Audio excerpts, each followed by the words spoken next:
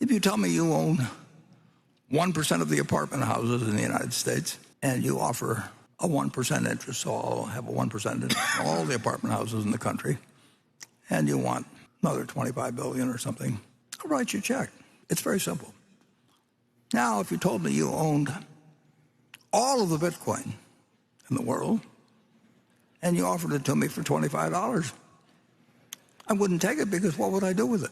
There's all kinds of people watching this that are long Bitcoin, and there's nobody that's short, and nobody wants their windpipe stepped on. I don't blame them. I don't like people who step on my windpipe.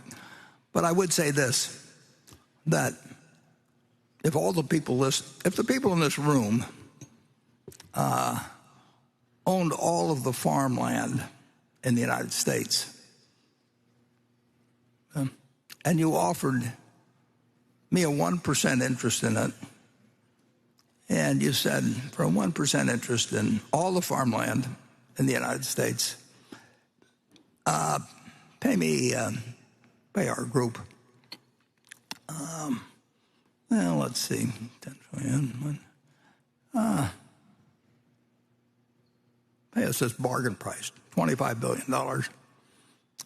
I'll write you a check this afternoon, $25 billion, now I own 1% of the farmland. If you tell me you own 1% of the apartment houses in the United States, and you offer me a 1% interest, so I'll have a 1% interest in all the apartment houses in the country, and you want whatever it may be for it, then call it another $25 billion or something, I'll write you a check. It's very simple. Now, if you told me you owned all of the Bitcoin in the world and you offered it to me for $25, I wouldn't take it, because what would I do with it? When 25% of the people of the country get mad because we've said what we've said today, the one development that I really do think is actually important, but I don't know any way to do anything about it. But my general sense, and there's no way to prove it, but I essentially believe people are now behaving somewhat more tribal than they have for a long time. And I mean, people are always going to be partisan, and they're going to have religious beliefs, they're going to have all kinds of things, but it gets pretty tribal. And I want to tell you, I speak from experience, because I've been tribal. And, we're confessing today. Nebraska football is tribal.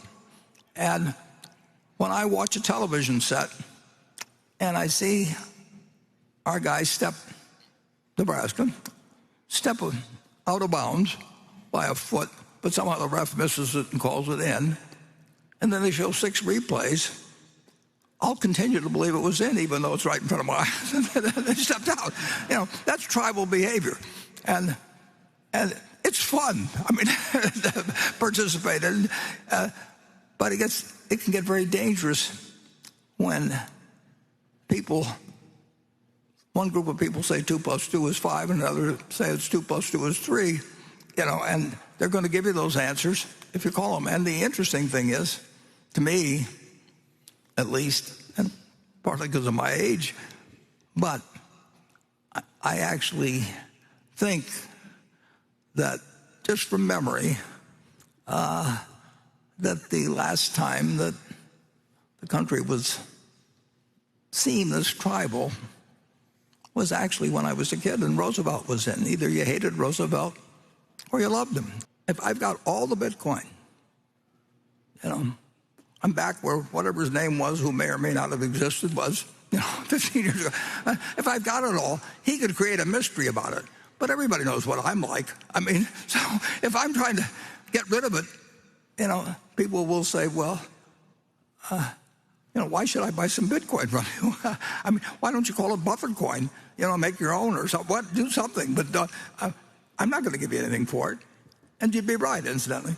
But that explains the difference between productive assets and something that depends on the next guy paying you more than the last guy got. Now, the apartments are going to produce rental, and the farms are going to produce food. And if you look at it, a lot of commissions have been paid, and there's all kinds of frictional costs that are very real that somebody has paid to a bunch of people who facilitate this game. But whatever one group of the public has taken out, or one group of owners, has come in from other people. It's other people have entered the room and they move money around, but no money there's no more money in the room. It's just changed hands with a lot of maybe fraud and costs involved, and a whole bunch of things. You lose, you forget the numbers or forget the equation. You can do that with a lot of things. It's been done throughout history. Certain things have value that don't produce something tangible.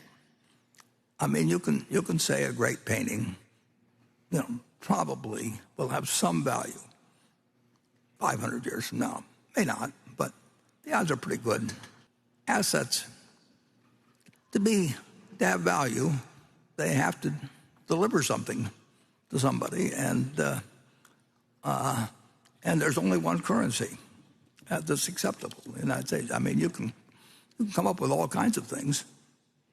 We can put out Berkshire coins, or we can put up Berkshire money or anything like that. But we get in trouble, I guess, if we call it money. But in the end,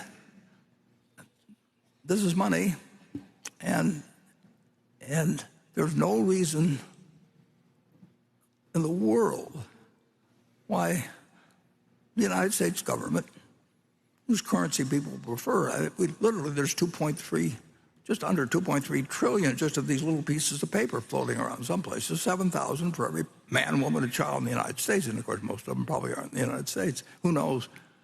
But this is the only thing that's money. And anybody that thinks the United States is going to change to where they let Berkshire money replace theirs, is out of their mind. So anyway, with those few deficiencies,